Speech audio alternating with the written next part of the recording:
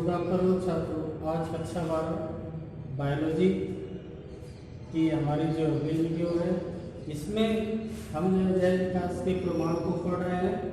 और जैव विकास के प्रमाण में जो है आज का दूसरा जो प्रमाण है अवशेषी अंगों से प्रमाण, इसे इंग्लिश में कहें कि evidence from vestigial organ.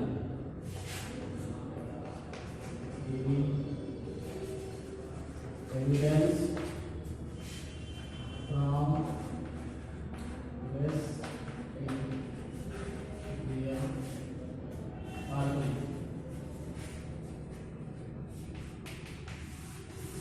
Vestigial organ अर्थात अवशेषी अंग वे अंग होते हैं जो जीवों के शरीर में पहले के समय में कार्यरत थे, लेकिन वर्तमान समय में यूज न होने के कारण, कार्य में न लाए जाने के कारण अवशेष मात्र अर्थात जो है उनके कुछ अवशेष पड़े रहते हैं या जो है संकुचित हो जाते हैं, संकुचित अवस्था में बॉडी में रहते हैं। और उन अंगों को जो है हम वेस्टिजियल ऑर्गन करते हैं, क्योंकि उनका कार्य जो है भविष्य पहले की पीढ़ियों में था लेकिन वर्तमान में नहीं है। ऐसे अंगों को हम क्या कहेंगे? अवशेषी अंग। तो ऐसे अंगों में देखा जाए तो जंतु और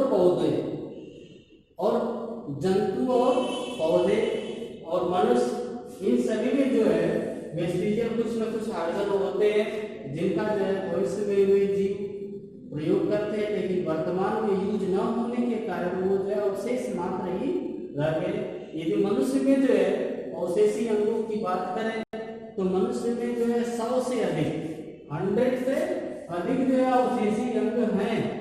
और उनमें से जो है मैं कुछ वेस्टिजियल ऑर्गन का जो है यहाँ पर जो है चर्चा करूंगा, जिसमें फर्स्ट ग्रुप में क्या है, क्रीम रूप परिशेषिका, जिसे वर्मी और अपेंडिक्स करते हैं। जैसे आपको जो है यदि हम बड़ी आंत का अध्ययन करें तो बड़ी आंत का जो है पोर्शन हो गया जैसे असेंडिंग, ये जो है ट्रांसवर्स, डिसेंडिंग, ये जो रेक्टम वाला भाग है। तो जहाँ इस वाले पोर्शन से जो है यहाँ से छोटी आंत जुड़ती है, इसके अंदर जो है छोटी आंत होती है। तो बड़ी आंत के जो अंतिम सिरे पे देखेंगे ये जो है नलीनुमा एक पतली सी संरचना लटकी होती है, जिसे हम जो है क्या कहते हैं, अपेंडिक्स। अपेंडिक्स जो है पहले के समय में सेलुलोज के पाचन में सहायक होती थी। और सेलुलोज आप जानते हैं कि शाकाहारी जंतुओं में होता है, अर्थात जो हमारे जो पूर्वज रहे होंगे वो शाकाहारी रहे होंगे, लेकिन बाद में जो है भोजन ग्रहण करने की शैली में या जो है इंटरेस्ट में बदलाव होने के कारण इसका यूज न हुआ, और यूज न होने के कारण ये क्या हो गया, धीरे धीरे विलुप्त हो गया, याद रहे संकुचित होकर के बॉडी में अवशेष मात्र पड़ा रहा। तो ऐसे जो है इसका जो कार्य जो है मनुष्य के शरीर में नहीं होता है, लेकिन जो शाकाहारी जंतु होते हैं हर्बीवोर्स, उनमें जो है अपेंडिक्स का जो है कार्य जो है होता है। और अपेंडिक्स के अंदर जो है सेलुलोज को पचाने वाली जो बैक्टीरिया होती है और उससे जो है ये बहुत सहायक अंग है। यदि हम जो है एक बात यहाँ पे और एक चर्चा कर लें, शाकाहारी और मांसाहारी जंतुओं के आहार नाल का यदि तुलना करें तो शाकाहारी जंतुओं की आहार नाल बड़ी होती है, क्योंकि डाइजेशन लंबे समय तक होता है, जबकि मांसाहारी जंतुओं की आहार नाल क्या होती है, छोटी होती है, कम ही समय में डाइजेशन हो जाता है। तो ये अवशेषी अंग का एग्जाम्पल क्या है, वर्मीपार अपेंडिक्स। आइए जो है इसमें किसी कारण से कोई जो है सेलुलोज या जो है जैसे कहें कि अनडाइजेस्टेड मटेरियल यदि इसमें फंस जाता है, जिसका डाइजेशन मनुष्य की बॉडी में नहीं होता है, तो वहां पर ये सड़ना शुरू हो जाता है। इस कंडीशन को हम क्या कहते हैं, अपेंडिटाइटिस कहते हैं। अपेंडिक्स का रोग हो गया, जिसके कारण ये जो है परिशेषिका क्या हो जाती है, स्वेल हो जाती है, दर्द होने लगता है। यदि डॉक्टर इसे काट कर निकाले नहीं तो जो है व्यक्ति की मृत्यु भी हो जाती है। तो ये जो है घातक हो गया। फिर उसके बाद जो है दूसरे नंबर पर निवेशक पटल यानी टेटिक मेम्ब्रेन इसे कहेंगे। जैसा जो है और जंतुओं की आंख में देखेंगे, जैसे पक्षियां हो गई, उनके आंख में देखेंगे कि एक जो है झिल्ली आंख के ऊपर चढ़ी होती है, जिसे निक्टेटिंग मेम्ब्रेन कहते हैं।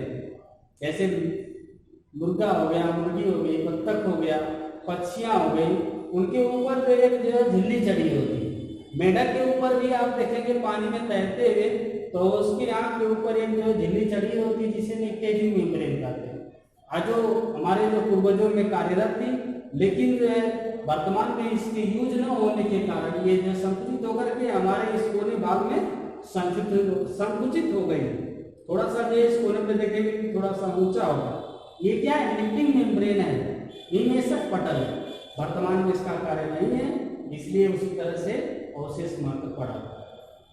इससे ये प्रूव हो रहा है, इन सभी प्रमाणों से क्या प्रूव हो रहा है, हमारे जो है वंशज उसी पहले जो है ऐसे कैरेक्टर वाले होते थे, लेकिन भविष्य में वर्तमान में यूज न होने के कारण जो है ये अवशेष महत्व पड़े।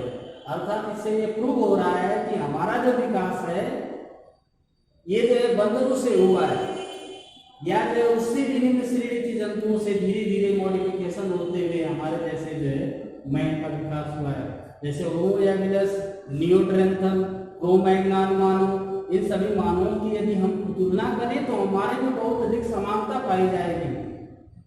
और जो है असमानता के हिसाब से देखा जाए, डिफरेंस के हिसाब से, तो हमारी बॉडी में जो है कुछ उसमें डिफरेंस होगा। जैसे जो है बॉडी के ऊपर बाल देखे जाए तो जो पुराने जो वंशज थे हमारे, उनके बॉडी के ऊपर पूरा बाल ढका था, लेकिन आज के जो मानव है उसमें बाल की कमी है। जो जैसे मनुष्य का वैज्ञानिक नाम क्या, होमो सैपियंस, जो भविष्य का जो मानव आने वाला है सैपियंस अर्थात उसके बॉडी पे जो है बाल ही नहीं होंगे, माइंड जो है और जीनियस क्वालिटी का होगा। तो इस तरह से देखें कि ये जो निवेशक पटल है, निवेशक पटल क्या है, वेस्टिजियल आर्गन है। ये जो प्रूव कर रहा है कि हमारा जो है विकास जो है निवेशक पटल युक्त जीवों से ही हुआ है। फिर उसके बाद पूंछ है, जैसे जो बंदर में देखें और जंतुओं में देखें तो पूंछ पाई जाती है, लेकिन मनुष्य में जो पूंछ नहीं होती है। यदि पहले के समय में देखा जाए तो बंदर है, बंदर के पास पूंछ है। जैसा आप जानते हैं कि हमारा विकास किससे हुआ, बंदर से, और किसी कारणवश जो है मनुष्य में भी जो बच्चे नवयुवक पैदा होते हैं उसमें छोटी सी पूंछ लगी होती है पीछे, और जो पीछे चल करके गिर जाती है, बाद में जो गिर जाती है। ये भी जो है अवशेषीय अंगों का एग्जाम्पल है, जिससे ये प्रूव हो रहा है कि हमारा विकास किससे हुआ है, उन पूंछ वाले जंतुओं से हुआ है, न कि हम जो है ऐसे ही स्टार्टिंग से थे।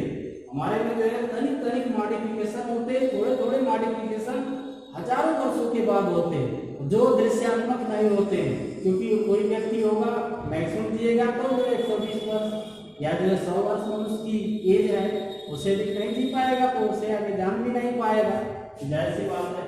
तो ये कुछ भी क्या है, वेस्टिजियल आर्गन है। ऐसे प्रमाणित होता है कि हमारा विकास जो पूंछ वाले ही जंतुओं से हुआ है।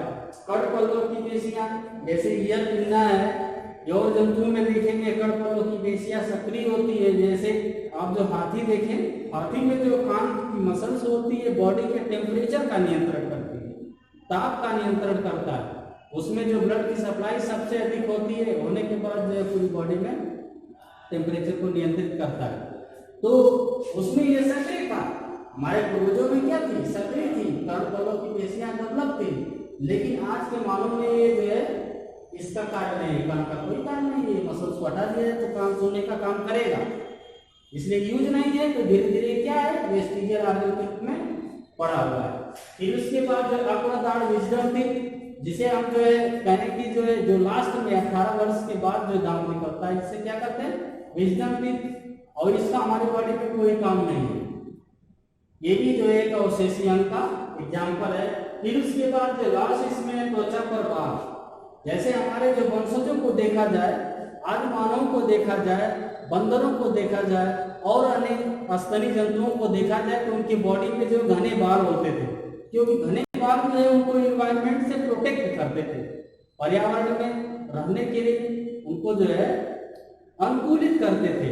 लेकिन आज की जो परिस्थितियां हैं उसमें जो है मनुष्य अपने आप को जो है पर्यावरण से रहने के अकॉर्डिंग रहने के लिए अपने आप को अनुकूलित कर लिया है, घर बना लिया, सारी सुख सुविधाओं को अर्जित कर लिया है। इस कारण से जो है इन सभी बालों की आवश्यकता कम पड़ती है, धीरे धीरे जो है समाप्त हो जाते हैं। यदि किसी व्यक्ति को जो है ज्यादा समय के लिए जो है कपड़े कभी निकलवाए ही नहीं ना, उसी तरह से छोड़ दिया तो उसकी बॉडी पर भी बाल आ जाते हैं ज्यादा मात्रा में। अब बाल जो है उगना जो है पुरुषों में देखा जाए तो एंड्रोजेंस हार्मोन्स के कारण होता है, जो टेस्टिस में उत्पन्न होता है। तो आज जो है हम जो है इन सभी मनुष्य के अवशेषी अंगों को पढ़े और अगले वीडियो में इससे आगे वाले टॉपिक को अपलोड किया जाएगा। धन्यवाद।